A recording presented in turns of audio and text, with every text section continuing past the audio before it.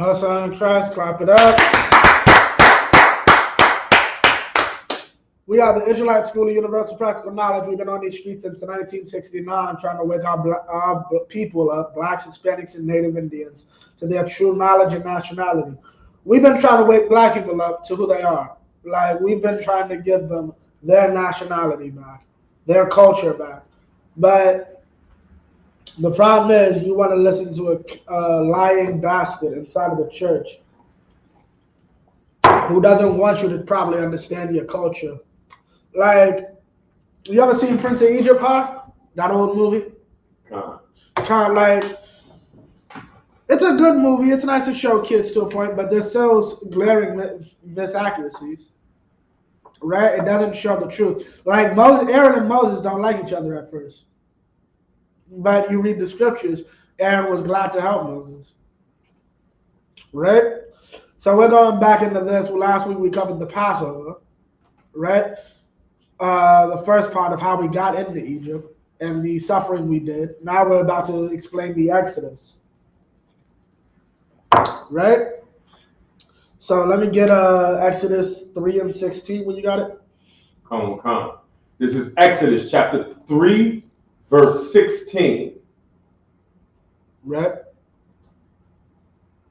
Go and gather the elders of Israel together, and say unto them, the most high power of your fathers, the power of Abraham, of Isaac, and of Jacob, prepared unto me, saying, I have surely visited you, and seen that which is done to you in Egypt.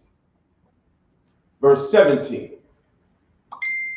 And I have said, I will bring you up out of the affliction of Egypt, unto the land of the Canaanites, and the Hittites, and the Amorites, right, and the Perizzites, and the Hivites, and the Jebusites, unto the land flowing with milk and honey.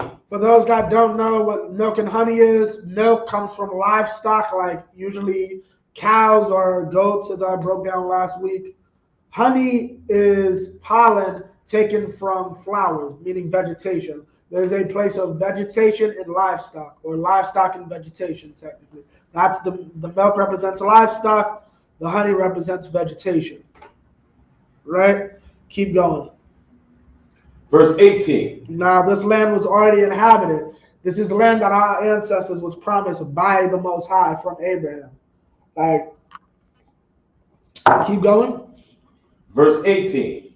And they shall hearken to thy voice, and thou shalt come, thou and the elders of Israel, unto the king of Egypt, and ye shall say unto him, the most high power of the Hebrews hath met with us, and now let us go.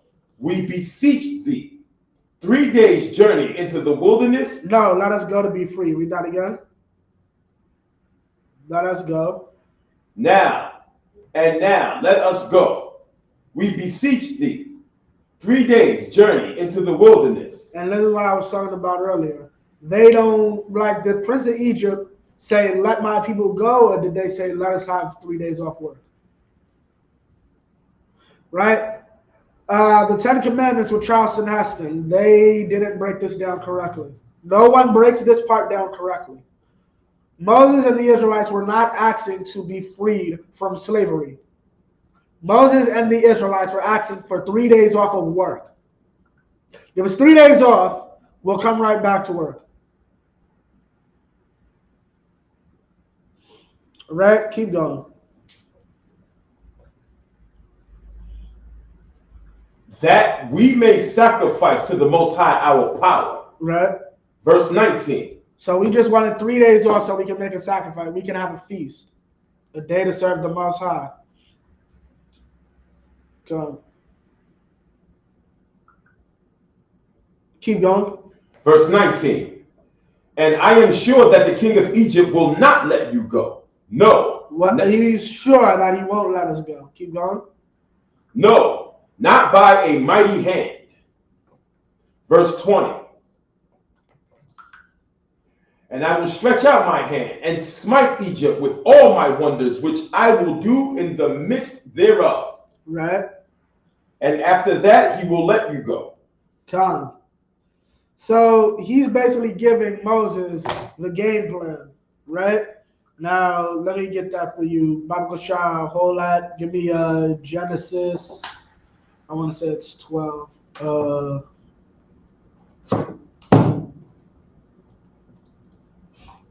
Salakia.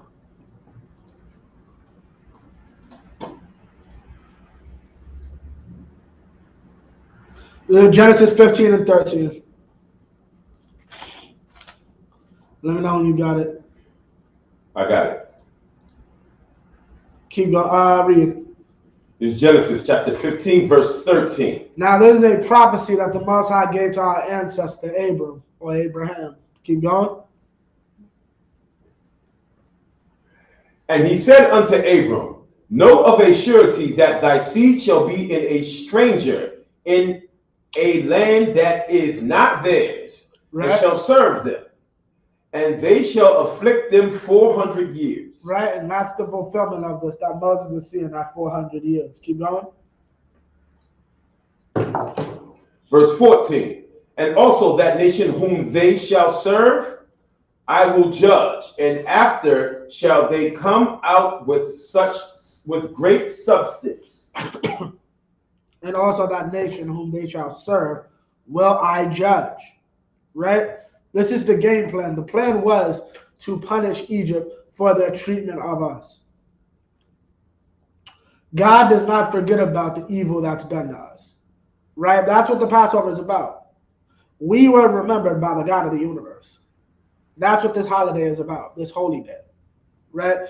Give me back to Exodus and read that again. Give me 20 again. Exodus 3 and 20.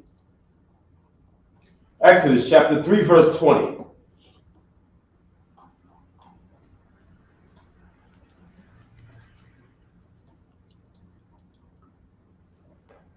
And Moses said, I will now turn aside and see this great sight. Wait, Exodus, yeah, that's 2 as well. Exodus chapter 3, verse 20. Right. And I will stretch out my hand and smite Egypt with all my wonders, which I will do in the midst thereof. Right. And after that, he will let you go. Right. Now, drop that and give me 5 and verse 1. So Moses goes, follows the Most High, and he goes to Pharaoh. No, sir. Let's see what happens when he goes to talk to Pharaoh. This is Exodus chapter 5, verse 1. And afterward Moses and Aaron went in and told Pharaoh, thus saith the Most High power of Israel. Right? This cockamamie God that is so insignificant. Right? It is not Ra, meaning it is not white Jesus. It is not Buddha. The God of the Israelites is as respected as the Israelites. It's the God of slaves. The God of slaves said to do this. What? Like, understand, Pharaoh is a God. That's the law.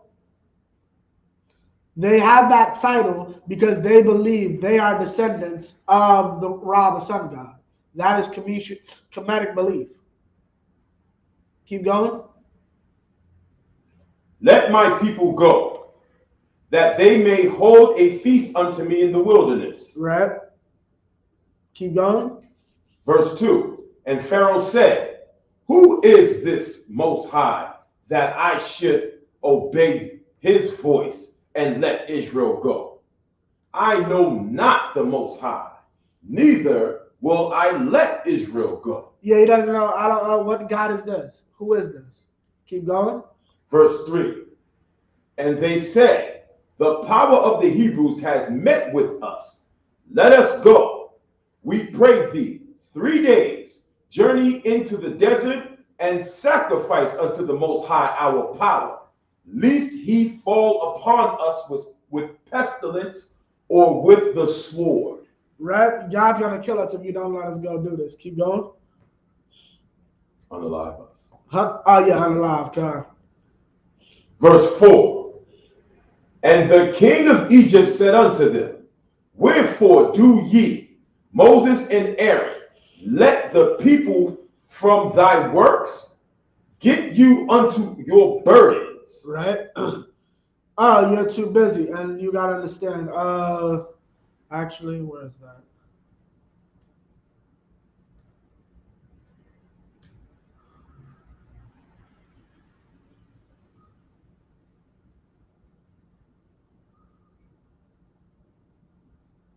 Salakia.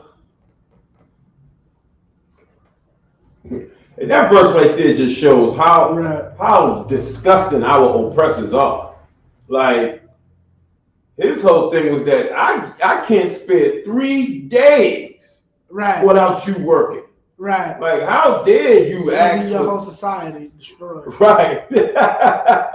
Right. So whose society is it really? It's Pharaoh's society. It's No. If you need me, if I can't take 3 days off work or your society crumbles, whose society is it really? Right.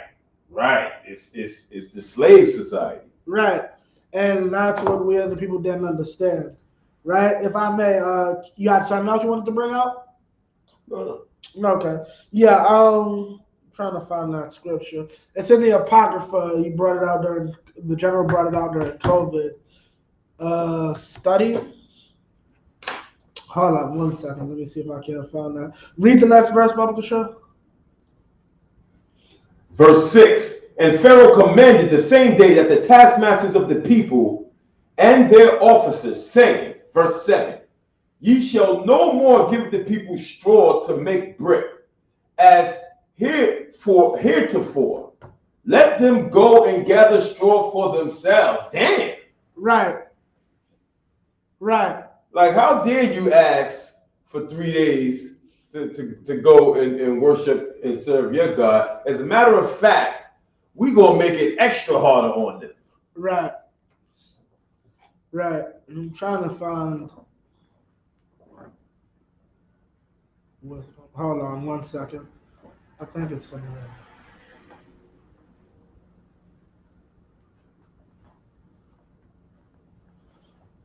Khan. So basically what he's doing here is keeping them busy. You gotta understand, you ever watch I'm Gonna Get You Sucker? Khan. Remember the scene about the job? They went in with guns. Oh, yeah. Why do you think that is? That's not a joke. That's right. That's how it is. Gentlemen, I haven't bring that up all the time. Like, right. Because when the people have jobs, when the people have something to do, they are less likely to be rebellious. Right. And we see that in society today. Right. Like, let me tell you something. Let there be an economic collapse. This school will be packed wall to wall. Forget about it. Forget about it. Oh, forget about it. Wall to wall, everybody will be in here. Everybody will be in here. Like, let brothers not have a slavery to go to in the morning, and we'll have lines going around the corner. Brothers trying to get in this school. Right. And for you brothers listening online, you better get in here now. You better come on in here now, because if you've been watching the War Report or Officer Yahweh Allah, you'll see that economic collapse is right around the corner. The way these banks are collapsing left and right, the way the dollar is inflated. Right. Everything's getting bad. Inflation, the price of everything going up. Right. Kyle, I'm trying to find this precept for y'all. There's a precept in the New Testament. I'll get it later. I'll put it up. There's a precept in the Apocrypha that basically summarizes idleness. When you have nothing but free time, that allows you to be able to think more. But if you're like, you ever wonder why your supervisor has you stock shelves that you've already stocked because you only have 30 minutes on you? It's not about money. Right. It's about keeping you busy. Right. If you're busy, you can't plot revolution. Damn right. They came in with guns and walked out with jobs. I wonder if we could play that. You can't play it. Yeah, Let's see. you can find it. Yeah. Let's see if we can find that. You can. They came in with guns. They were hiring that day. They were. The brothers weren't bad anymore. Right. I must be giving you too much. I'm making this too easy for you. So you're idle. You're lazy. Right? Yeah. You got it? Yeah, kind of play it. Let's see this.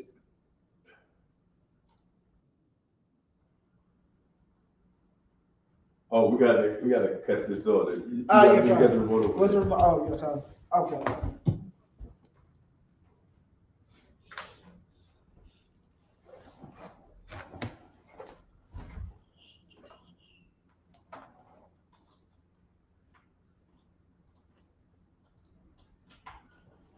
And Most High in Christ for the Lord's 54th annual Passover, man. Right. In fact, if you watch it online, man, this is most likely the last class we're going to have at headquarters before the Passover. Right.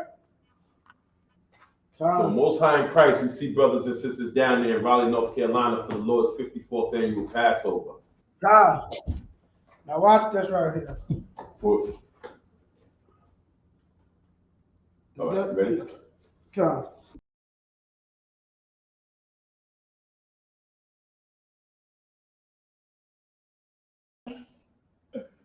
Brothers walked in with guns. Right. And they came out with jobs. And then listen to the next part of what he says, because the next part of what he says is deep. Listen to this part. Not anymore. The brothers wasn't what? The brothers weren't mad anymore. The brothers wasn't what? The brothers weren't mad anymore. They weren't mad anymore. Yes. Yeah, and they know who the great culprit is. They understand it wasn't the white man is so great, like he gave me a job. But Whitey's something else. Right. Whitey knows exactly what to do. Oh, y'all niggas plotting some type of revolution. Right. Y'all are, Right. you know, at best case scenario, like, y'all niggas want to unionize. It starts with 3 days off work. Right. Then I got to give y'all paid time off and all that. Right. Yeah. I'm just going to give you more work so you don't have time to unionize. That's what Pharaoh said. Damn right. Right? That's exactly what he's saying, man. And let me tell you something else. God.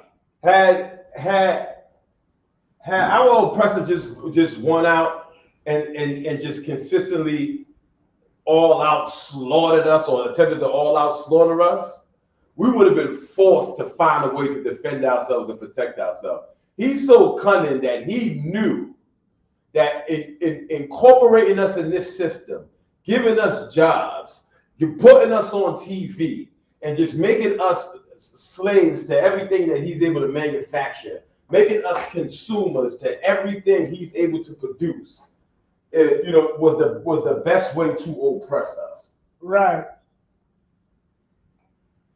God. That's absolutely right. Making us consumers. Like, you have to understand, making blacks and Hispanics consumers. Salakia. I did not know how this was.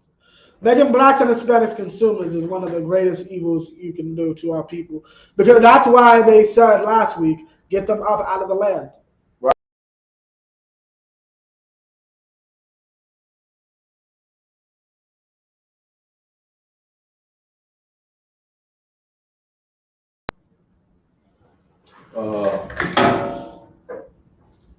Salakia, we were at Verse 8. verse 8. And the tale of the bricks which they did make therefore to, ye shall lay upon them, ye shall not diminish aught thereof. For they be idle. Therefore they cry, saying, let us go and sacrifice to our power. Yeah, y'all ain't got enough work to do. Right. You're not working hard enough. They're not working hard enough. Like how could they have possibly had enough idle time to come up with this? Right. Right. These Africans are disgusting. Right. Right. So now we're gonna drop this. And it's so heavy, man, because this is the very situation we are in today. This is why we are going to the Lord's Passover in Raleigh, North Carolina, because what we're describing here in the book of Exodus is no different than our condition right now in America, which is also Egypt. Con, now drop that. Give me Exodus 7 and 19. Right. And that's the point we're doing this to show that we are going through this. So, yeah, no, I'm not going to do that. I'm not going to set you free. I'm going to make your matters worse. So this is what the Most High eventually does. Give me 7 and 19. This is Exodus chapter 7, verse 19. And the Most High spake unto Moses, say unto Aaron, take thy rod, and stretch out thine hand upon the waters of Egypt, upon their streams, upon their rivers, and upon their ponds, and upon all their pools of water, right, that they may become blood, right, and that they may be blood throughout all the land of Egypt, both in vessels of wood and in vessels of stone. Right. He polluted their water system. Right. You mess with my people, I pollute your water. God will pollute your water system. Don't mess with this, man. You are dealing with something far out your comprehension. Keep going. Verse 20. And Moses and Aaron did so, and the Most High commanded, and he lifted up the rod, and smote the waters that were in the river, in the sight of Pharaoh, and in the sight of his servants. And all the waters that were in the river were turned to blood. Right. Now, drop that. Give me 21. Verse 21. And the fish that was in the river died. So, if you're a pescatarian, you're very sick right now. Keep going. And the river All the alligators that they used to eat, Egyptians used to eat alligators, supposedly. Keep going. And the river stank. Right. And now you got a stench. Imagine that happened in New York. And like Manhattan would be screwed. All that tourism would be screwed because no one's gonna want to go outside because it smells like dead fish everywhere. Right. So not only did I just pollute your water system, but I just messed up your tourist money. Right. Keep going. Because I'm going to break down. He destroyed Egypt. Keep going. And the Egyptians could not drink of the water of the river. And there was blood throughout all the land of Egypt. Keep going. Verse 22. And the magicians of Egypt did so with their enchantments, and Pharaoh's heart was hardened. Neither did he hearken unto them, as the Most High had said.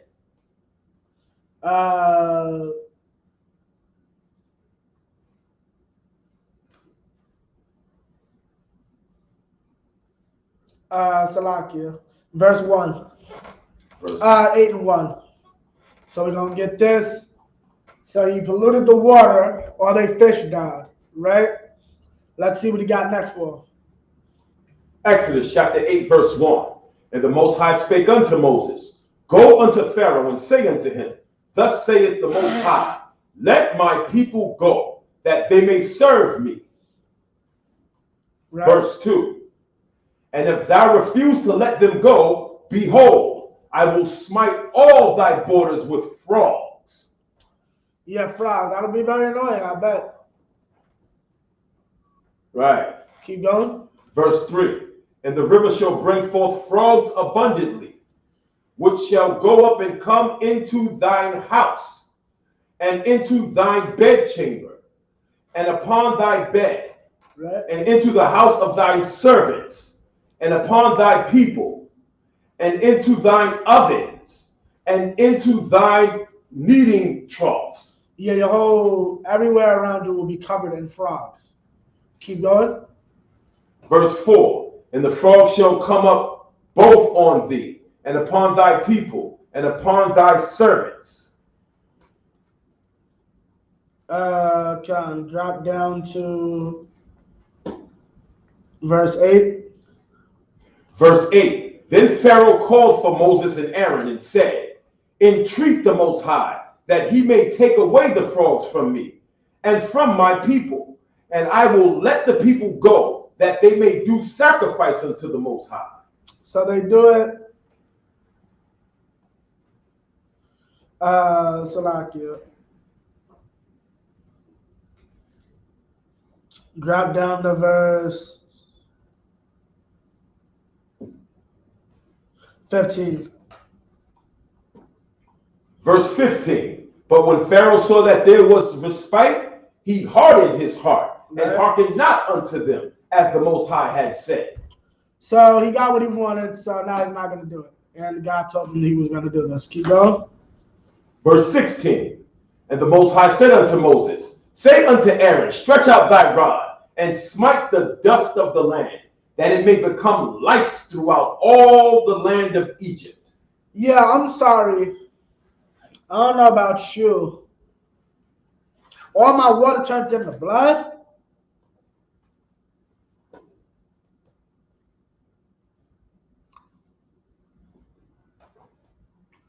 I'm going to explain this now so we don't get confused on what's it called. His magician's able to do the same thing as science, which is all a lot of the plagues were. Meaning, the magician was able to explain how did the fire and brimstone come down from the sky? It's called the meteorite, sir. It's called the meteor shower. Okay, that makes sense. Moses, you're not special. You mean the nigga that just made a meteor shower happen out of nowhere? Okay, see that. All right. Making a meteor shower happen out of nowhere. Really? My thing about it is, after the water, I might have been a little skeptical. Yeah, F Moses. Right, Har? You know what I mean? F Moses, right, baby? And you go to your wife and she's scratching her head, and probably like an hour or two later, why do we all keep scratching our heads? Right. Maybe then you would have said, we might not want to deal with this cat. We already got a water crisis. We already had frog infestation. You know how much money this is bleeding into Egypt? Any civilized society would have to find a source of water, pay the money, and give it to the citizens. Probably at a discount, and probably for free. Keep reading.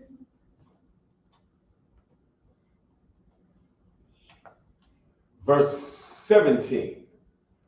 And they did so, for Aaron stretched out his hand with his rod and smote the dust of the earth, and it became lice in man and in beast. Yeah, so even your animals got lice. Your dog got it, your cow got it, your chicken got it, everybody got lice. Keep going. All the dust of the land became lice throughout all the land of Egypt. Keep going. Verse 18. And the magicians did so with their enchantments to bring forth lice, but they could not. So there were lice upon man and upon beast. Meaning what? It's failing now. Science is not able to answer where this came from. Right. Right? So this is their only logical conclusion. Keep going. Verse 19. Then the magician said unto Pharaoh, this is the finger of the power. This is what? The finger of the power. Read what's there. This is the finger of God. Yeah, God is doing this. What? I am God. Right. I am the sun and the moon. Or whatever other else they say over there. Right. Right? Can you make life sun and moon? Right. Like, you think if you were God, you'd be able to give them new water and stop the bloody water. Right. Keep going. And Pharaoh's heart was hardened, and he hearkened not unto them, as the Most High had said. Keep going. Verse 20. And the Most High said unto Moses, Rise up early in the morning, and stand before Pharaoh. Lo, he cometh forth to the water, and say unto him, Thus saith the Most High, Let my people go, that they may serve me. Verse 21. Else, if thou wilt not let my people go, behold, I will send swarms of flies upon thee, and upon thy servants, and upon thy people, and into thy houses. And the houses of the Egyptians shall be full of swarms of flies, and also the ground whereof they are. Verse 22. And I will sever in that day the land of Goshen, in which my people dwell, that no swarm of flies shall be there, to the end thou mayest know that I am the Most High in the midst of the earth. Keep going. Verse 23. And I will put a division between my people and thy people. And that's racism. Right. That's blatant racism. Keep going. Finish this off and I'll explain. Tomorrow shall be this sign. Oh, Salakia. Tomorrow shall this sign be. Meaning what? Very simple. I'm going to notice all of this, Egypt was affected by the frogs. All their water was affected of the land. Tomorrow, I'm dumb. You want to think this is a game, this isn't the hand of God, this is all coincidence? No sweat. When you see that the lower east side, no, the upper east side is in tatters, and Harlem's the only place that's a functioning place to live. The Bronx is the only place that's a functioning place to live. Williamsburg is on fire. But Crown Heights, where the Czech live, not where the other Amalekites live, that's fine. Right. When you see that, you'll know this is the hand of God, like your magicians try to tell you. Everyone will start to see this isn't coincidence. God is doing this. Keep going. Drop that. Give me verse 24. Verse 24. And the Most High did so, and there came a grievous swarm of flies into the house of Pharaoh, and into his servants' houses, and into all the land of Egypt. The land was corrupted by reason of the swarm of flies. Verse 25. And Pharaoh called for Moses and for Aaron, and said, Go ye, sacrifice to your power in the land. Right? Meaning what? He's not dealing with this. Now I got flies to deal with. Not much money this is gonna cost. Right. I'd love to be the exterminator in Egypt. 1 week I got to deal with a whole thing of frogs. The next week I got to deal with a whole thing of flies. Right. Keep going. Verse 26. And Moses said, It is not meet to do so, for we shall sacrifice the abomination of the Egyptians to the Most High our power. Lo, shall we sacrifice the abomination of the Egyptians before their eyes, and will they not stone us? Verse 27.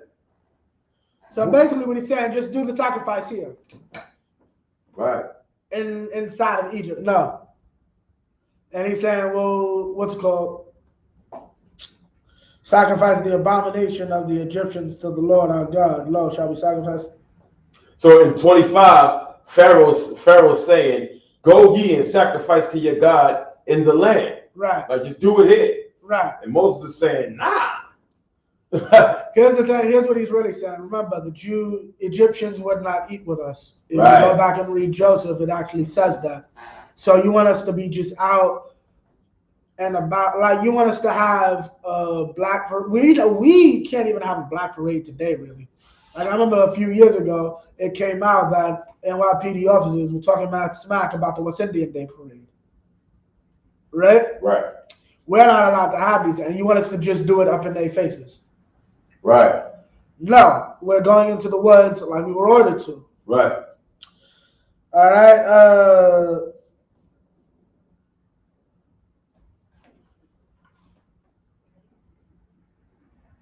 Salakia. Give me verse 9 and 1.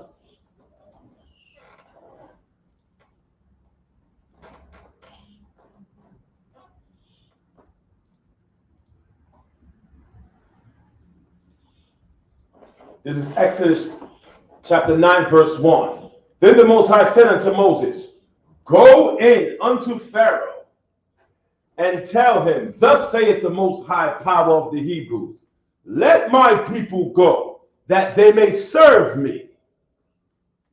Keep going. Verse 2. For if thou refuse to let them go and will hold them still. So we got blood, we got frogs, we got lice, we got flies. Right. That's 4. Let's see what we got next. Verse 3. Behold, the hand of the Most High is upon thy cattle, which is in the field, upon thy horses, upon thy asses, upon thy camels, upon thy oxen, and upon the sheep. There shall be a very grievous murrain. Murrain. Hold up, let me look up exactly what that is. Exactly. Keep reading. Verse 4. And the Most High shall sever between the cattle of Israel and the cattle of Egypt, and there shall nothing die of all that is in the children of Israel. A pestilence. He sent a disease to all their cattle to kill it. He sent a plague to kill all their cattle. I just gotta. You lost me with blood. Bloody water. You lost me. Right. But me personally, I wasn't raised in the wild. I would like to see some frogs. That's nothing. Lice. Now, lice is a little, you almost lost me with the lice. That's nothing. Flies. I'll buy fly swatter. I'll buy fly traps. I'll do all that. If you don't do what I tell you, you're going to wake up and all your animals are dead. Right. Yeah, I draw the line there. Know how much a horse is? Right. Brother, come to the slaughter of the lamb this Wednesday and you will find out how much a sheep and a cow cost. Right. It's not cheap. A nice cow is about $1,000. And imagine you just come out, you got 10 cows, $10,000 just down the street. Right. Why? Because you don't want to get. I'm not saying get rid of your employees. I'm saying give your employees 3 days off. Or you don't have a business anymore. What? That's a very obvious answer. Yes. I'll give them 4 days. Give them off, I'm going to kill your business. That's basically what he's saying here. Not even just that. Give them off or good luck feeding yourself for the next few months. Keep in mind, he's killing the livestock now. This is plague number 5. Keep going. Verse 5. And the Most High appointed a set time, saying, Tomorrow the Most High shall do this thing in the land. Verse 6. And the Most High did that thing on the morrow, and all the cattle of Egypt died, but of the cattle of the children of Israel died not one. Our animals were safe. Keep going. Verse 7. And Pharaoh sent, and behold, there was not one of the cattle of the Israelites dead. And the heart of Pharaoh was hardened. He just wanted to be an evil bastard. Keep going. And he did not let the people go. Now, for those that don't know, I'll get there. I'll pull it.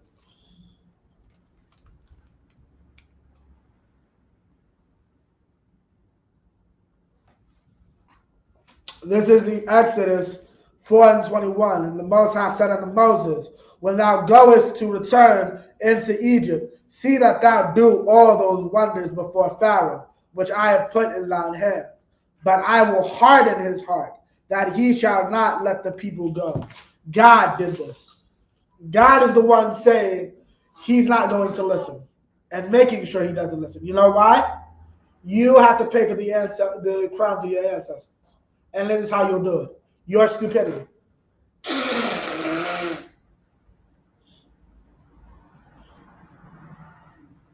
Right? Keep going. Verse 8. And the Most High said unto Moses and unto Aaron, take to you handfuls of ashes of the furnace, and let Moses sprinkle it toward the heaven in the sight of Pharaoh. Verse 9. And it shall become small dust in all the land of Egypt, and shall be a boil breaking forth with plagues upon man and upon beasts throughout all the land of Egypt. Yeah, so number 6.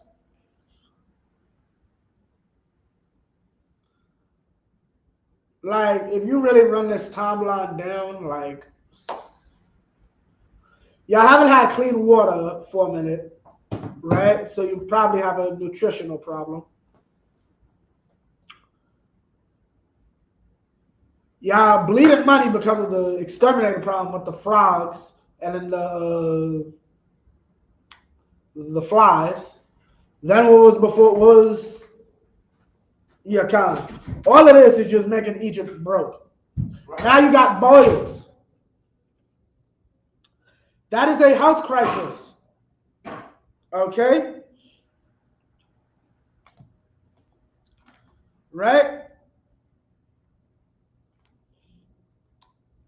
Now you have a health crisis. Everybody's got boils on them. They have to stay home. You are losing your economy slowly but surely. This is what God did to the Egyptians. Right? This is similar to what he did during COVID. Right?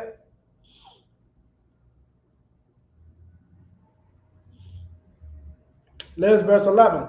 And the magicians could not stand before Moses because of the boils. For the boil was upon the magicians and upon all the Egyptians. And the Most High hardened the heart of Pharaoh, and he hearkened not unto them, as the Most High had spoken unto Moses.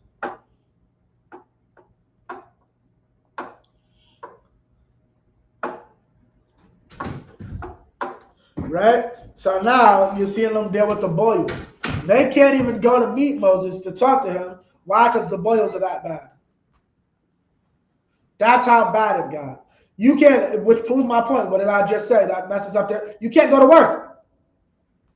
The Egyptians couldn't meet Moses because the boils were so bad. You think they're the only ones? Nobody can go to work now. Your economy shut down again.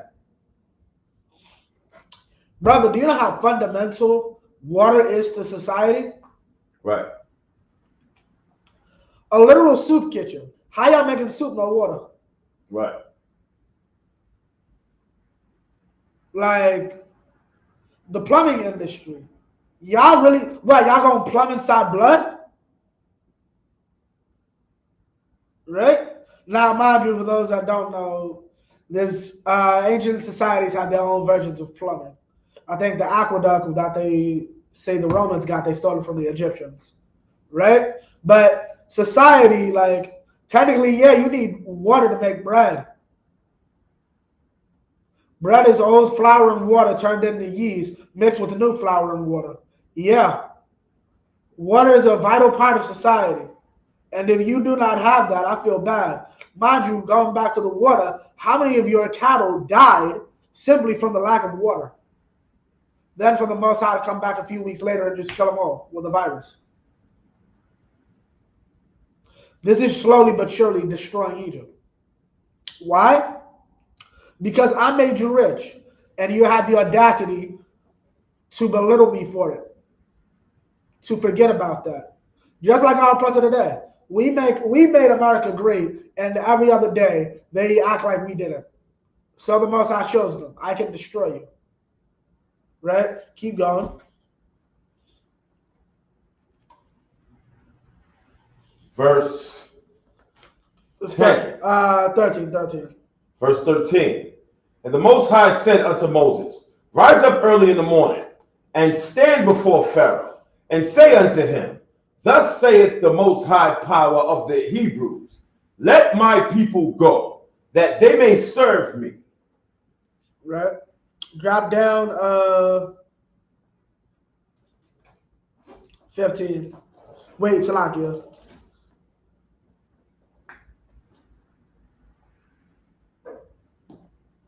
Uh, 18. Verse 18. Behold, tomorrow about this time I will cause it to rain a very grievous hail.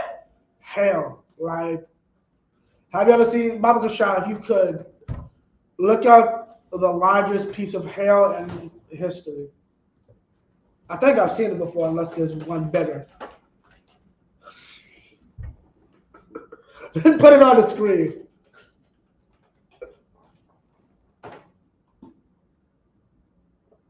Like, go to images, Baba Kashah. Yeah, like that. Like, yeah. Imagine that to the head, huh? Right. Now, here's what's even worse. Imagine drizzling that. Just falling from the sky. Right. Very grievous. You know what's grievous? Hail so bad it ruins your car. Like in this picture right here. Yeah.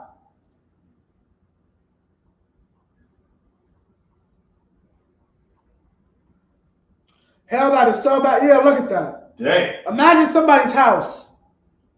Imagine your mud brick house.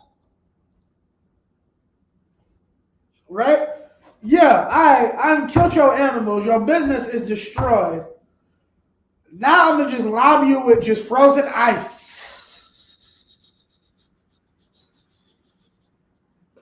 That is the Most High has a sense of humor. Now, mind you, the cleanup for that is just hell. Right? So you're finally getting better.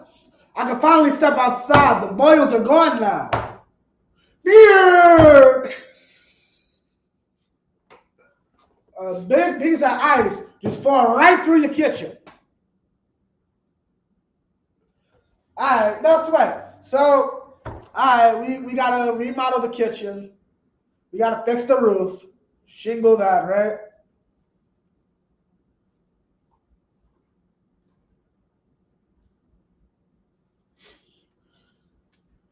Okay. Salakia. Now the next one. Copy.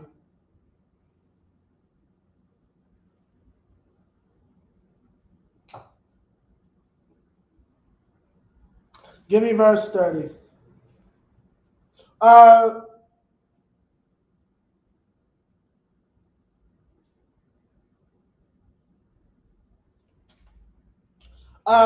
Give me verse 1. Yeah, y'all really don't learn a lesson. So I'm skipping over. Please stop it. I'll let you do whatever you want. You're not going to listen.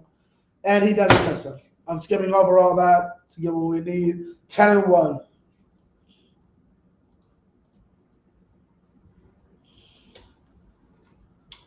Let me know you got it.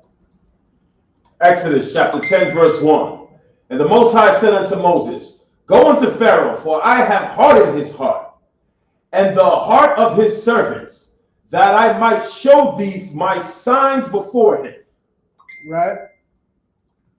Verse 2. And keep going. And that thou mayest tell in the ears of thy son, and thy son's sons, what things have wrought in Egypt. Right, and that's what we're doing today. We're teaching our children and our people what the Most High did to a nation that thought it was okay to treat us the way America does today. And my signs which I have done among them, that ye may know how I am the Most High. Verse 3.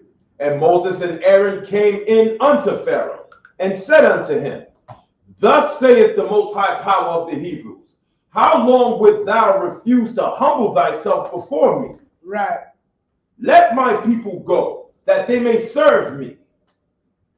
Verse 4, else if thou refuse to let my people go, behold, tomorrow I will bring the locust into thy coast. Yeah. So your animal's already dead. I might as well kill all your farmland. Right? So instead of listening, give me verse 7. Verse 7, and Pharaoh's servant said unto him, how long shall this man be in a snare unto us? Let the men go, that they may serve the Most High their power. Knowest thou not yet that Egypt is destroyed? Verse 8. Meaning what? Yo, just let them go. Just let them go. Right? Hold on.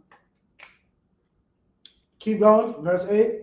Verse 8, and Moses and Aaron were brought again unto Pharaoh, and he said unto them, go, serve the Most High your power. But who are they that shall go? Who's allowed to go? Keep going. Keep going. Verse 9, and Moses said, we will go with our young and with our old, with our sons and with our daughters, with our flocks and with our herds we will go. For we must hold a feast unto the Most High. Right, everybody got to be there. It's not some. We're not Egyptians. We're not homosexual. We'll just be a bunch of guys in the wilderness. All right, you can't say that either. Keep going. Verse 10. And he said unto them, let the Most High be so with you, as I will let you go and your little ones. Look to it, for evil is before you. Keep going.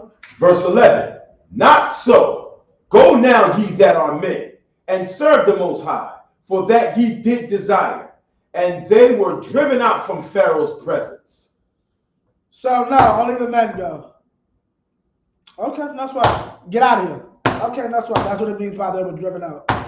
They didn't get to argue the point more, so to speak. Keep going. Verse 12, and the Most High said unto Moses, stretch out thine hand over the land of Egypt for the locusts, that they may come upon the land of Egypt, and eat every herb of the land, even all the hell hath left. All the what? All that the hell hath left. Meaning what? You eat what? All that the hell hath left. So what does that mean, Har? Where did he specifically aim the hell? The plan to destroy your crop started with the hail. I left some alive, but matter of fact, you want to play hardball, right? Whatever I left alive, the locust is gonna eat now. Right. I'm trying to give you some mercy. You just don't want to take the mercy. You want to be a merciless bastard, so I'm gonna be a merciless bastard. Right? I think that's fair enough. Right. Keep going. Verse 13, and Moses stretched forth his rod over the land of Egypt, and the Most High brought an east wind upon the land all that day, and all that night. And when it was morning, the east wind brought the locusts. Verse 14, and the locusts went up over the land of Egypt, and rested in all the coast of Egypt. Very grievous were they. Before them there were no such locusts as they, neither after them shall be such. So that was the special locust. Right. Right. It was that bad. They've had problems like that in like Vegas, I believe, actually, recently in the last few years. Right? It was that bad. Everything got eaten up. Drop down to verse 21. Once again, I'm sorry. Pray to the Most High. We pray. Y'all can't go nowhere. 21. Verse 21, and the Most High said unto Moses, stretch out thy hand towards heaven, that there may be darkness over the land of Egypt. So now, mind you, so we're clear, you're not even just messing with this is why the servants, the citizens, the people, imagine the Democrats and Republicans go to Joe Biden and said, let them go because you're messing up my business now. Like I run a bar in Louisville, Kentucky, and one week I couldn't serve any water. The next week, half my deliveries didn't come in because all the roads were covered by frogs. The week after that, nobody wanted to come to the bar because everybody was itching from the lice. The week after that, nobody was going to come into a bar full of flies. Then when people finally want to come out and say, let me have a burger and a beer, all the cows in the still drop dead. Let these people go. Like, this is the problem. And now, not only is it affecting the people, but also you got to think about it. You ever heard of a beer tax? Like, yeah, that's money out of Pharaoh's pocket. Grocer tax, money out of Pharaoh's pocket. All of this is bleeding Egypt dry of all of their money. And killing probably countless thousands. Like I said, a lack of water. God only knows the diseases that the frogs and the lice and the flies and the locusts brought. The starvation from the lack of meat. Now you got the starvation from the locusts killing off what the hell didn't kill off of your vegetation. God destroyed Egypt. Keep going.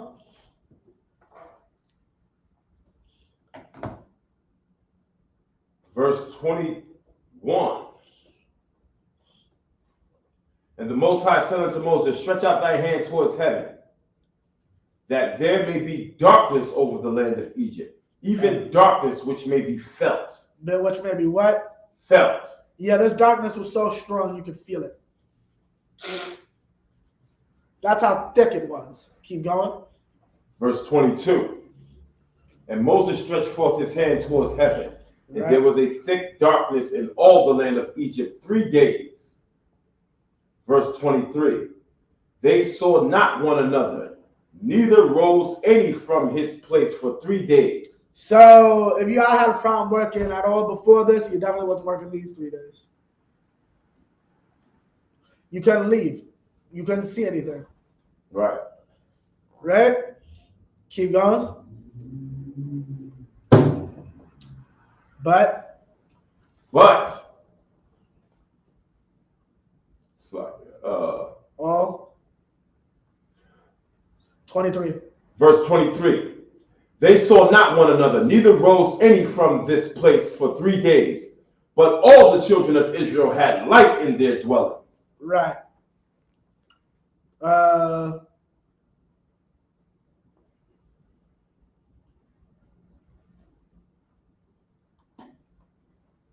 Salakia.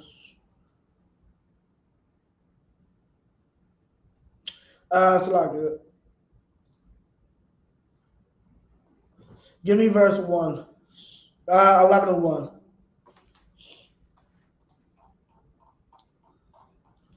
And we're about to get to the end of this. Right? Exodus chapter 11, verse 1. And the Most High said unto Moses, yet I will bring one plague more upon Pharaoh and upon Egypt. Afterwards, he will let you go hence. When he shall let you go, he shall surely thrust you out hence altogether. Meaning what? It won't be a little, like, whoever want to stay can stay, whoever want to go can go. He's kicking the entire nation out after I do this. Keep going. Verse 2. Speak now in the ears of the people, and let every man borrow of his neighbor, and every woman of her neighbor, jewels of silver and jewels of gold. Right. Keep going. Verse 3. Come. And the Most High gave the people favor in the sight of the Egyptians. Right. Moreover, the man Moses was very great in the land of Egypt. Right. In the sight of Pharaoh's servants and in the sight of the people. Verse 4. And Moses said, thus saith the Most High, about midnight will I go out in the midst of Egypt. Verse 5. And all the firstborn of the land of Egypt shall die. Right. From the firstborn of Pharaoh that sitteth upon his throne, even unto the firstborn of the maidservant that is behind the mill, and all the firstborn of the beast. Meaning what? If you were a rat, the first rat died. Right? The firstborn rat died. The firstborn roach died. Like you're the first roach to pop out that egg, you just drop dead. Right?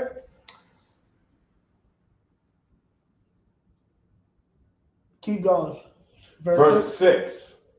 And there shall be a great cry throughout all the land of Egypt, Right. such as there was none like it, nor shall be like it anymore. Right. Keep going. Verse Why 7. is he doing this? What is the point of the Passover? Verse 7. Verse 7. But against any of the children of Israel shall not a dog move his tongue. Right. Nobody's going to say anything to you. That's why this is being done. Because of the evil that was done to our people. Keep going. Against man or beast. Right. That ye may know how the Most High doeth put a difference between the Egyptians and Israel. Meaning what? He sees us in a different light. Right? Their power, their wealth meant nothing to him. We were the superior people. Right? Drop that, give me verse 12 and 1. And we're going to get to the meat of this. Okay? Because this is the Passover. Right?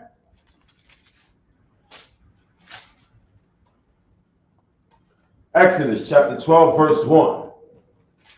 And the Most High spake unto Moses and Aaron in the land of Egypt, saying, This month shall be unto you the beginning of months. Right? So this is him establishing our calendar, our years, establishing our nation and our culture. The beginning of our months is in the springtime. Right? Keep going. We do not celebrate this day.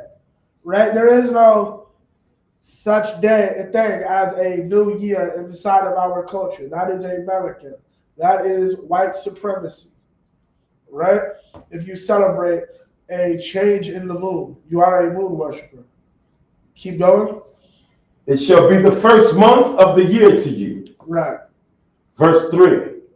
Speak ye unto all the congregation of Israel, saying, In the 10th day of this month, they shall take to them every man a lamb, according to the house of their fathers. Right, so every man is supposed to take a lamb according to their house.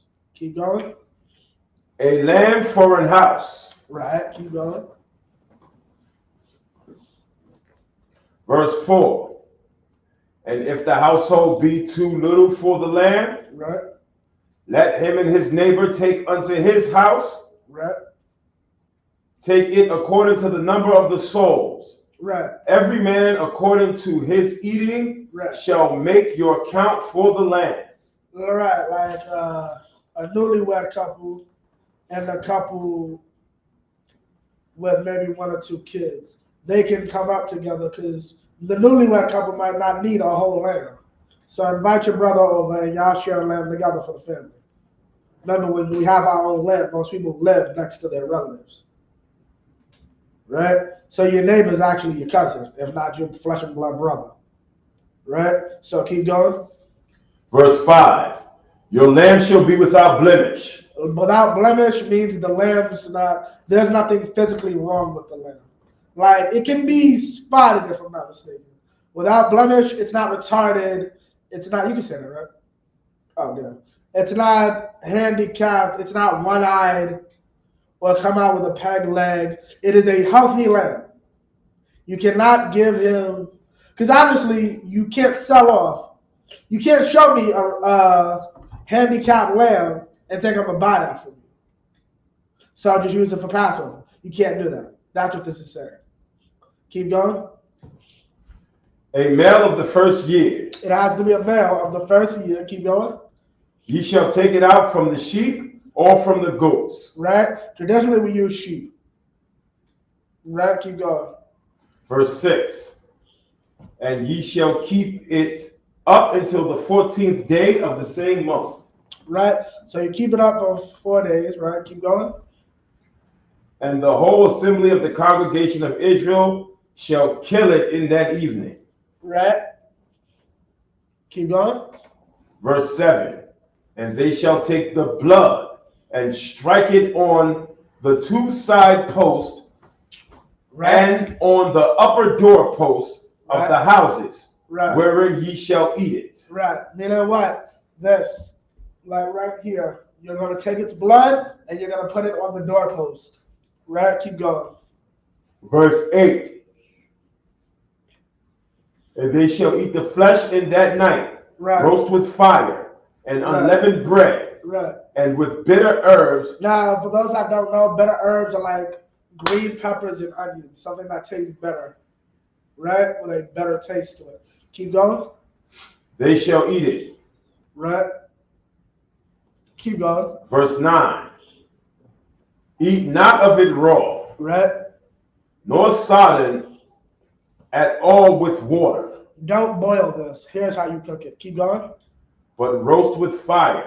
Right. You roast it with fire. His head with his legs, and with the purtenance thereof. The whole body. You roast it like a lamb. Right. Verse 10. And ye shall let nothing of it remain until morning. And that which remaineth of it until the morning, ye shall burn with fire. Right. So technically speaking, you're not supposed to have anything remaining in the morning. You're supposed to either eat it all or save it. But we practice the righteous acts. Keep going. Verse 11. And thus shall ye eat it, with your loins girded, your shoes on your feet, and your staff in your hand. Right? You cannot just eat this in the comfort of your home in your drawers. Right? That is not the Passover. A lot of y'all simpletons online gonna show a plate that you made yourself in the comfort of your home. Did you roast a whole lamb? That's the only way to properly keep the Passover. Y'all don't know that though. Keep going.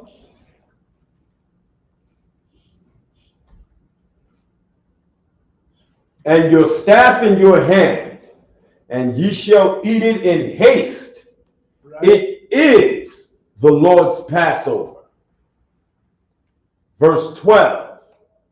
For I will pass through the land of Egypt this night, and will smite all the firstborn in the land of Egypt, both man and beast. And against all the gods of Egypt I will execute judgment. Right. For I am the Most High. Right. I am the Most High. Slop. Meaning he's going to kill everything. Anyone, he's going to kill both man and beast of the Egyptians for what they did. Verse 13. And the blood shall be to you for a token upon the houses where ye are. And when I see the blood, I will pass over you, and the plague shall not be upon you to destroy you when I smite the land of Egypt. Right. Verse 14. And this day shall be unto you for a memorial, and ye shall keep it a feast to the Most High throughout your generations. Ye shall keep it a feast by an ordinance forever. Verse 15. Right, you shall keep it as an ordinance, as a feast forever. What does that mean, huh? Verse 15. No, I'm asking, what does that mean? Oh, that means that we are supposed to keep this feast forever. So what if we're not in our land though? Where's the feast located? Where do you find the record of this feast? In Egypt. You can. Okay, let me help you. Let me help you. People say you can't keep the feast in captivity, right? How do we get out of captivity?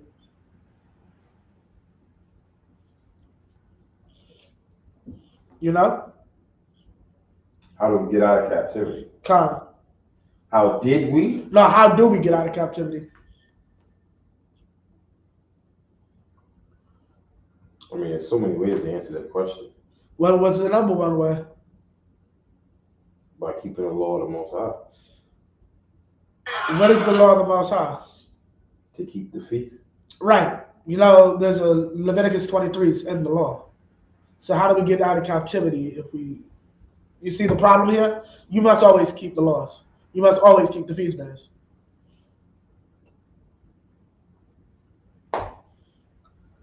Verse 15. 7 days shall ye eat unleavened bread. Even the first day ye shall put away leaven out of your houses. For whosoever eateth leavened bread from the first day until the 7th day, right, that soul shall be cut off from Israel. Meaning what? That person who went and didn't remove the leaven out their house will be not dealt with by the nation. Keep going. Verse 16. And in the first day there shall be an holy convocation. Right. That is a high holy day. Keep going. And in the 7th day there shall be an holy convocation to you. These are both holy convocations. Right? Now, verse 7, the Feast of Unleavened Bread, basically upon leaving Egypt, we did not have the ability to make bread. Right? To actually knead the dough. So we could only make what's known as, what the Jewish man calls matzah, unleavened bread.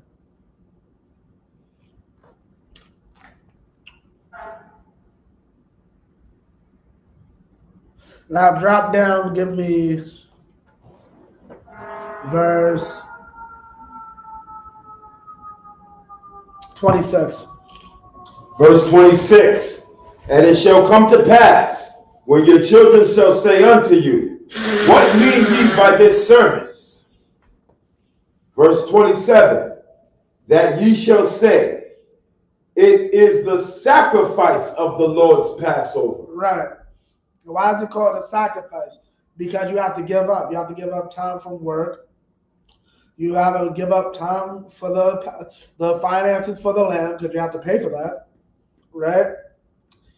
You have to sacrifice going out of your way to do the service, so on and so forth. Right? Keep going. Who passed over the houses of the children of Israel in Egypt, when he smote the Egyptians, right, and delivered our houses, and the people bowed their head and worshipped. Right. So this is what this holiday is about, us killing our enemies, and it just said it. How does God want the Passover remembered? Tell your kids this is the day when God smote the Egyptians for us. That's how I want you to remember this.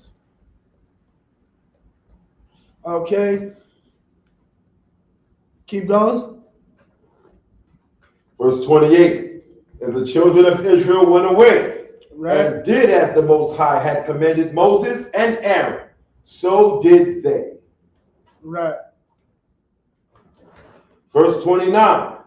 And it came to pass that at midnight the Most High smote all the firstborn in the land of Egypt, from the firstborn of Pharaoh that sat on his throne unto the firstborn of the captive that was in the dungeon, and all the firstborn of the cattle. Yeah, okay, right? So everybody died. The firstborn of the dungeon. If you were a criminal inside of Egypt, you died. Keep going. Verse 30. And Pharaoh rose up in the night, he and all his servants and all the Egyptians, and there was a great cry in Egypt, for there was not a house where there was not one dead. Right. And you got to imagine that. So let me paint the picture. I'll use white people as the example. So let's say nice, regular white woman, housewife, right? Talking her husband's ear off like she does every night. Like, don't even notice the cat usually falls asleep on her. She'll just kiss him, turn over, and go to sleep himself. So it gets to the point of the kissing and turning over. He's a little cold. He's unresponsive. Okay, it's time to wake up your teenage son and get his assistance. He's cold too now. At the same time, your elderly neighbor screams, and her husband's unresponsive, and so's her oldest son. Then let's say in this magical world there's cell phones. Your cousin is gonna call you and say that your uncle, who's your father's older brother, the oldest, is also dead. Then your mom's gonna call you and say your other uncle is dead too. Right. And then your best friend's gonna call you and say her uncle, who's the oldest, is dead. Then your other best friend is gonna call you and say her dad, who's the oldest, is dead. And then your friend who just had the baby, her first baby, yeah, he's dead too. And while everybody's screaming hysterical, somebody might be smart enough to notice, why the hell is the dog and the cat not moving around? Right. Poke them once, holy crap, they're dead too. Check on the animal, oh, they're dead too. Every firstborn of everything died. Do you know how spooky that is? They used to try to say, well, black people are some spooky people. Do that to white people. See if they don't change their tune to black people. Right. Everybody in your family died. And them Africans spooky too. That's probably why I work. That's spooky as hell. Sorry I get to use that word so much, but that's something. You know what that is? That's something that a wise person who understands a superstitious people would do. Right. Y'all over here believing fellatioing yourself is the creation of life. No sweat, you'll wake up to dead bodies. That must be a sign of something. For those that don't know what I'm talking about, look up Gab. And if you don't know what I'm talking about, just don't look it up. Right? And it's more serious because the Most High could have just killed them all. Right. But it's more serious to have the witnesses of this event experience it. Like the horror and the crying out. Right. It's like Yahweh Shah waiting 3 days for Lazarus. Oh, he ain't actually dead. He was just knocked out. They just couldn't resuscitate him. Nah, that nigga, it's been 3 days. Right. He's cold. Get up. What you got to say now? Like, yeah. Oh, it's just another thing. It's just a coincidence. They died from the lack of food. They died from the pestilence. They died from the boils.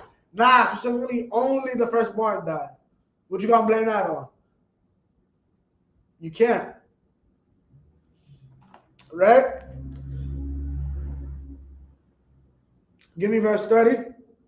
Verse 30. And Pharaoh rose up at night, he and all his servants and all the Egyptians, and there was a great cry in Egypt, for there was not one house where there was not one dead. Somebody had a dead body. And that's not literal every house. Everybody got an oldest somebody. Your father, yeah, your firstborn father's dead. Your firstborn son isn't. Yeah, your firstborn father's dead. Your older brother isn't though. Everybody got touched. You got a call from your sister-in-law talking about your brother's dead. Right? You may not have kids. Your father might be the third brother, but your older brother got touched. Everybody got touched by it. It's like my aunt explained the crack epidemic. Everybody had a relative or someone they were close to that got hurt by crack. It hit every house. Same way. Everybody got affected in some way. Nobody in your family got hurt, but your best friend, who you'd feel like a brother, his older brother got hurt. The three of y'all used to play Nintendo together. The three of y'all, you grew up together. He was just a year older than you and your best friend. Now he's dead. You understand what I mean? You got a question? No. That's what it's really talking about. Everybody got an oldest somebody. And that oldest firstborn somebody died. Right? Keep going. Verse 31. And he called for Moses and Aaron by night and said, Rise up and get you forth from among my people, both ye and the children of Israel. Yeah, y'all got to get up out of here. And go, serve the Most High as ye have said. Verse 32. Also, take your flocks and your herds, as ye have said, and be gone, and bless me also. Verse 33. And the Egyptians were urgent upon the people, that they might send them out of the land in haste. For they said, We be This is why we eat the Passover in haste.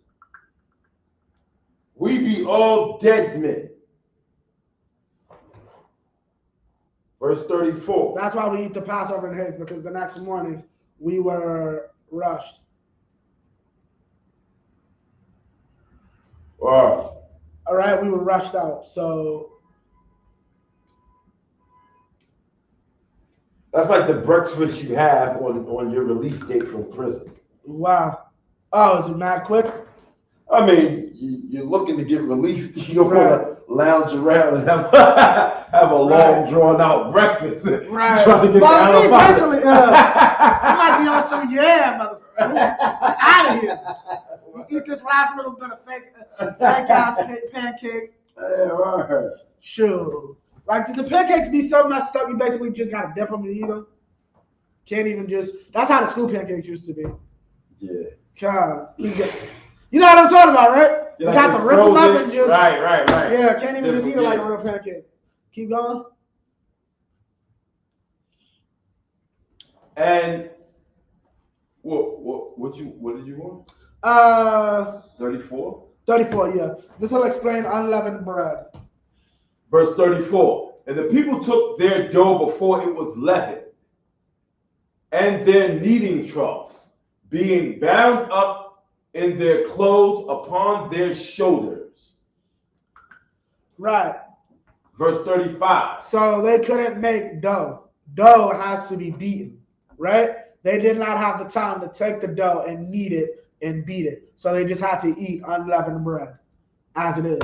Because the kneading trough was a wooden shape used to, look it up. You can probably find it. It's a wooden shape. The way it's used to beat the dough and beat it into the form you need for bread. They weren't allowed to do that.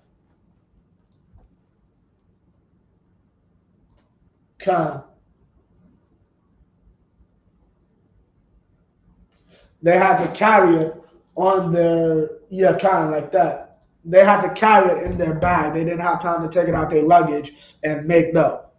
Right? So that's what that's talking about. Give me 35. Verse 35. And the children of Israel did according to the word of Moses. And they borrowed of the Egyptians jewels of silver and jewels of gold and raiment. Right. Verse 36. And the Most High gave the people... And raiment, as in clothing. You got a meek, you got a rolly, and you got got Shorty's engagement ring. Her husband's dead anyway. Right. No, that's like if you got a house guest and you sick and tired of them, and it's the day that they leave work. Just take. Oh, you ain't got a coat? Hey, listen, just take my coat. Don't just get up out of here. It's a little more than that. Like I said, this is what you do to a superstitious people. Like, you gotta understand, at the end of the day, I woke up to like 3 relatives dead. Right. That I know of. It might be more. Right? I ain't called on my cousins yet. So you gotta get out. Are we people that are rich and everybody got enough money to book a flight and get out of America? No.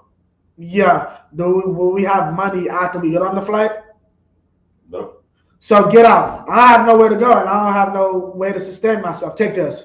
Just take it. Yeah. No. That's exactly what I'm saying. Like if you ever had like a person that was staying with you or whatever the case, and you trying to get them out, or you trying to get them go, or even your kids sometimes. Yeah. You know what I'm saying? Like, nah, I don't have the means. No, listen, well, hey, take this, take the money, take whatever you need, just as long as you go. Get up out of here, yeah. Right. Like, normal days you wouldn't even be allowed out the house. I don't want to see you in the house. Get it. Why aren't you at your friend's house? I've had that happen. Right. I'm like, oh, I could just go. Yeah, go. Leave. I'm tired of seeing your face walking in and out of my room every day. He wanted to get it on, but that's a whole other story. But Salaki, you know when you're a kid and you ain't got that mentality of I can't just burst in your room. Well, y'all a little different. But God, being raised by your grandparents is a little different. You don't think that. That's the last thing you think about. But God, so what's it called? Basically, yeah. They were throwing us money just to get out. Right. Keep going. Give me 36.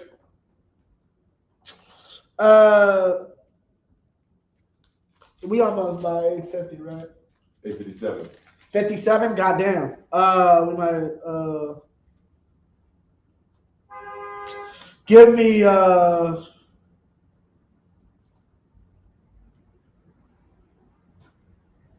41. Give me 41, yeah. Bible Shah, read this. And this is freaking important. Because there's idiots. Keep going.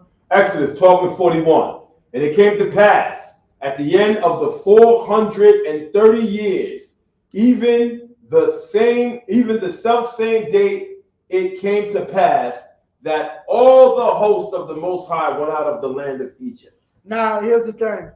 They say 400 years. The Bible even, the Most High himself even said 400 years. It was 430. For anybody who tries to use that 1619 to 2019, you're an idiot. You doesn't read the Bible, obviously. We spent 430 years in slavery. Not 400 exactly. Keep going. Verse 42. It is a night to be much observed unto the Most High for bringing them out of the land of Egypt. This is that night of the Most High to be observed of all the children of Israel in their generation. Throughout time. In their generation. That's literally what that means. In their generations, throughout time. Every Israelite is supposed to worship this. Observe this. 43. Verse 43. And the Most High said unto Moses and Aaron, this is the ordinance of the Passover. Right. There shall no stranger eat thereof. A stranger, a heathen cannot eat the Passover. Right. And you'll see idiots probably in the next few days and you'll see with some devil trying to say he's keeping the Passover and I accept that I'm an Edomite. No. If you accept that you're an Edomite and love the Most High, you tell whoever invited you in that room, you're not supposed to be there. Right. Right? So that's it on that. Give me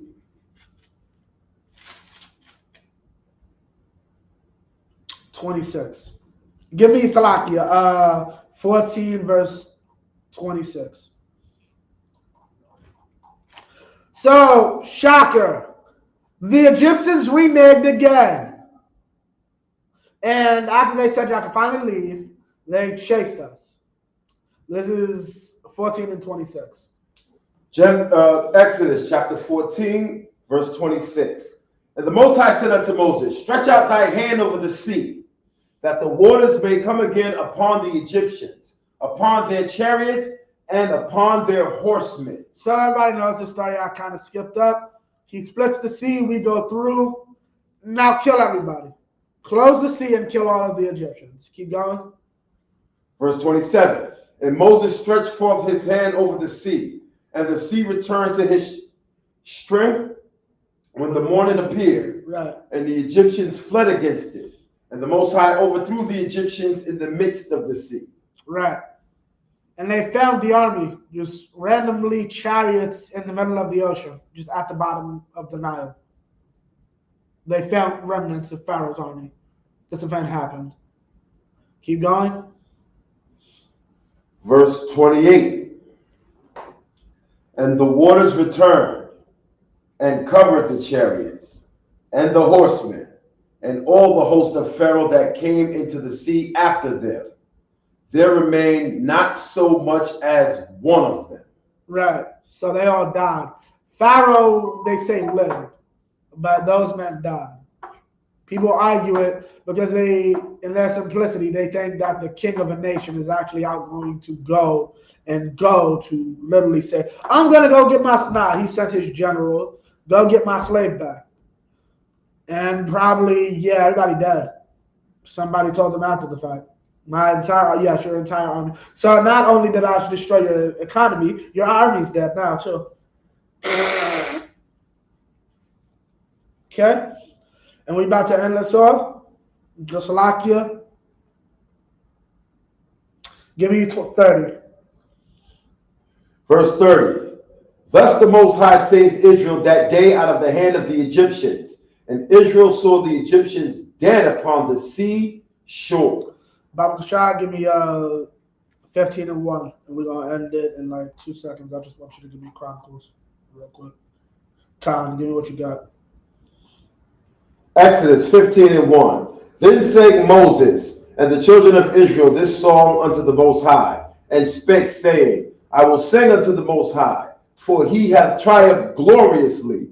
The horse and his rider hath he thrown into the sea. This is the song we sung at the end of Passover.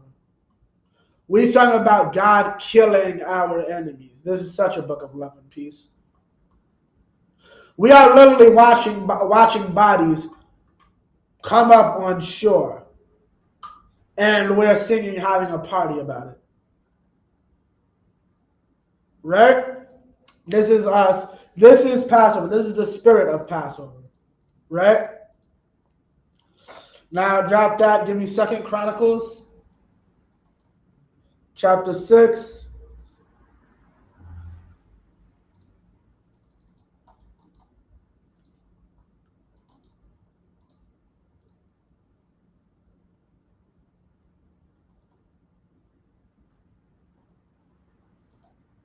Verse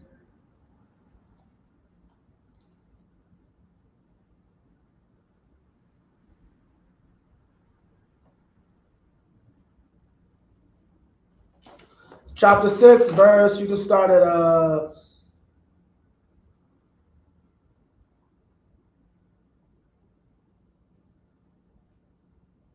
verse 5. 2 Chronicles chapter 6, verse 5.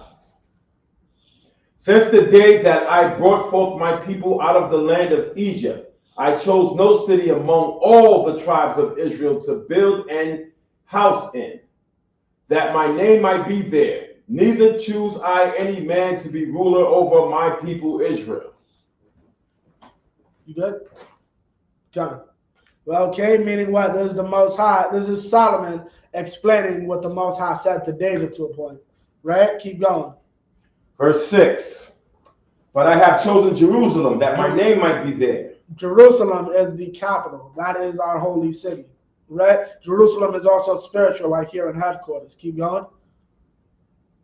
and have chosen David to be over my people Israel. To be over my people Israel. He chose the house of David. Keep going. Verse 7.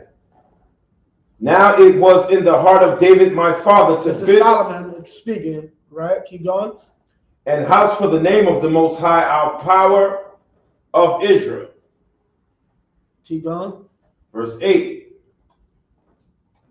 But the Most High said to David my father, as so much as it was in thy heart to build an house for my name, thou didst well in that it was in thine heart. Now what's verse 9? Verse 9.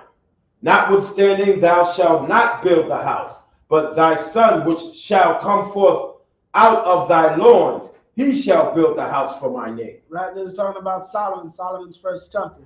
This is the temple. This is, hold on. Right?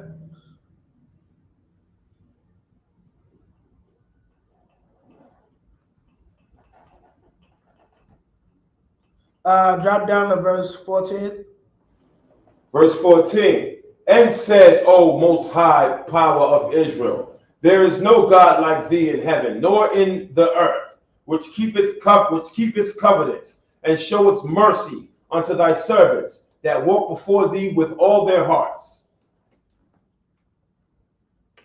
Okay, right? Verse 19, Salakia. Verse 19.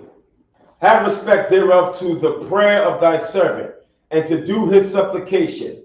O Most High, my power, to hearken unto the cry of the prayer which thy servant prayeth before thee. Keep going. Verse 20.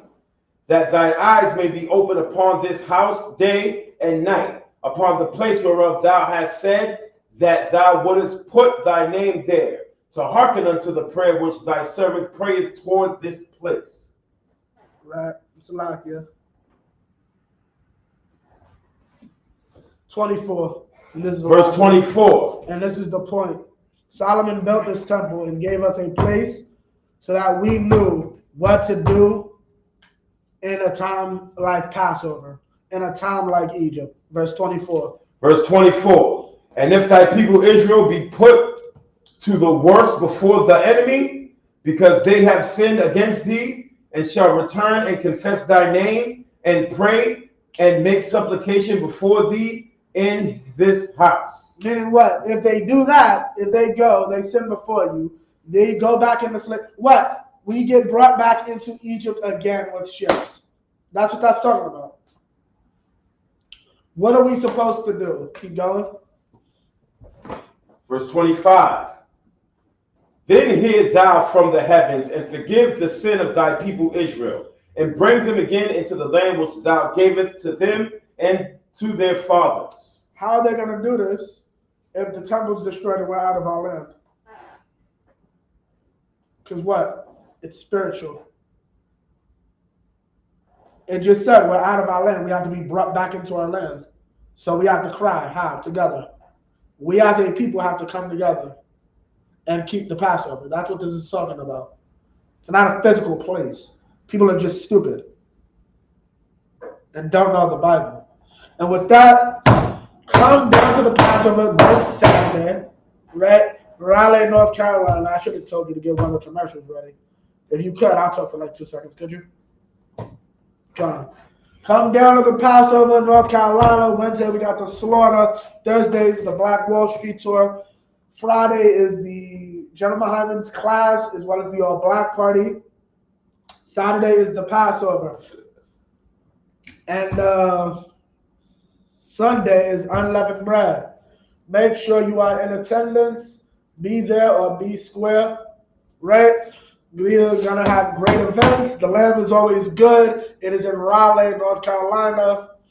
Make sure you book your ticket. Make sure you book your ticket for the bus. 20 a head or 20 a day. And with that, shalom, Israel. Okay, you still need 2 seconds? No. Okay. Right? Okay.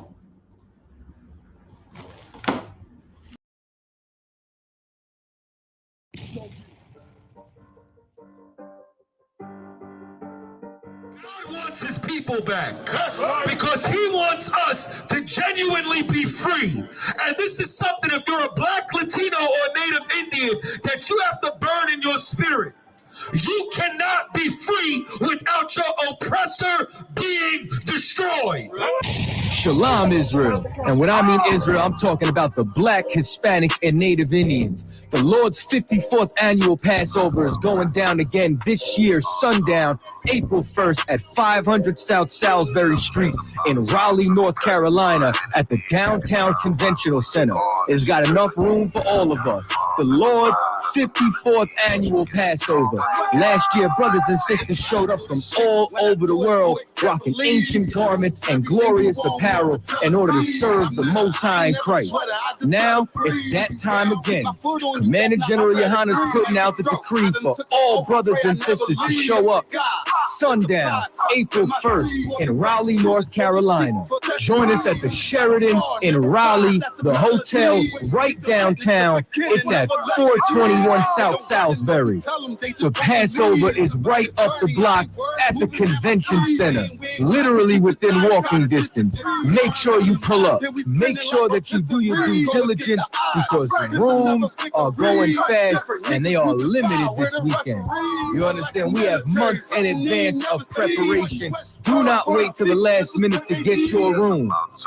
The Lord's 54th annual Passover, Saturday, April 1st in Raleigh, North Carolina. Join us there. It's about